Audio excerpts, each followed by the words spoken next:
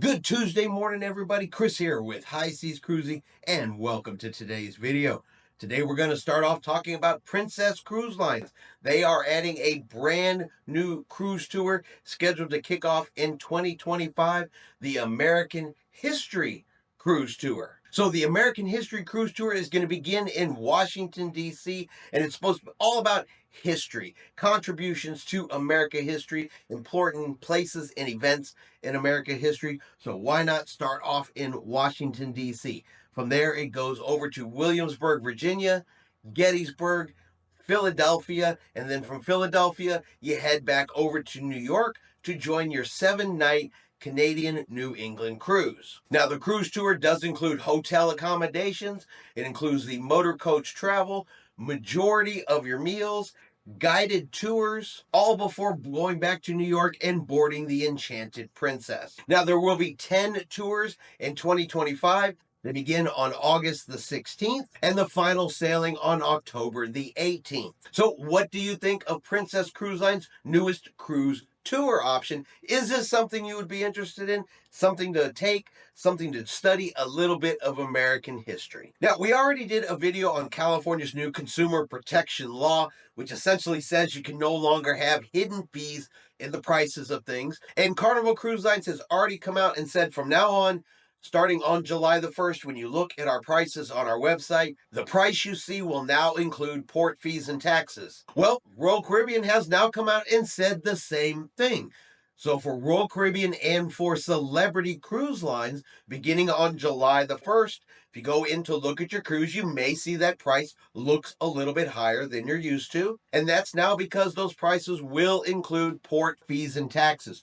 They're doing that for all sailings from the United States. They say it's less confusing to try to do it just for sailings out of California and then have a completely different price for sailings going out of other ports. So all U.S. sailings for Royal Caribbean and Celebrity Cruise Lines will now show the new adjusted prices that includes port fees and taxes beginning on July the 1st. When Carnival announced they were doing this, I said it was a good idea. I still think it's a good idea. I'd like to be able to just go on there, look at the price of a cruise, have it already include port fees and taxes.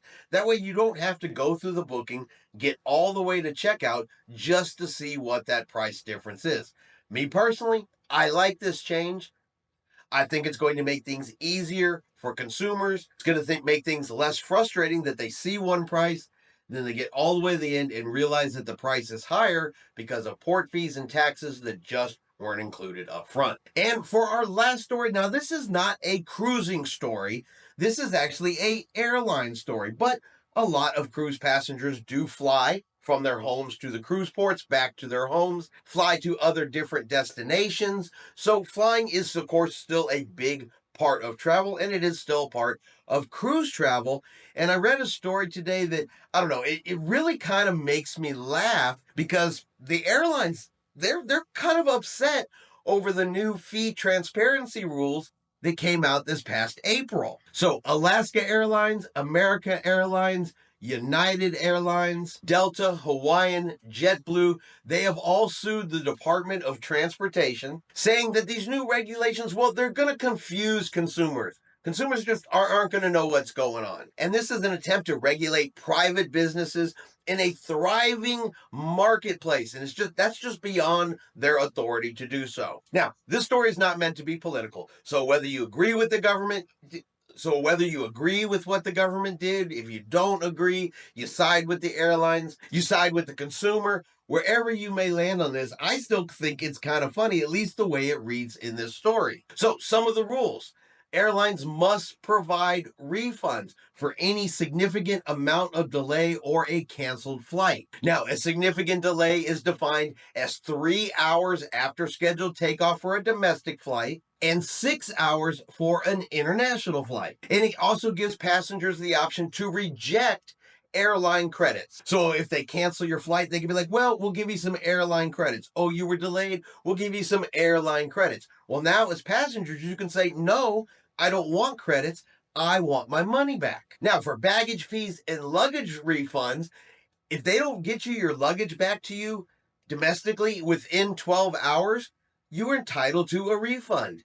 If they don't get your bags back to you within 30 hours of an international flight, you are now entitled to a refund. And finally, if the airline doesn't provide the advertised extra, so if they, such as seat selection, internet service on board the ship, if they don't provide it, you're entitled to a refund. So, seems pretty easy, seems pretty simple. Like any law, there's other stuff in there, that there is, but the basis of it seems pretty simple. So, I'm kind of curious, where would that confuse consumers?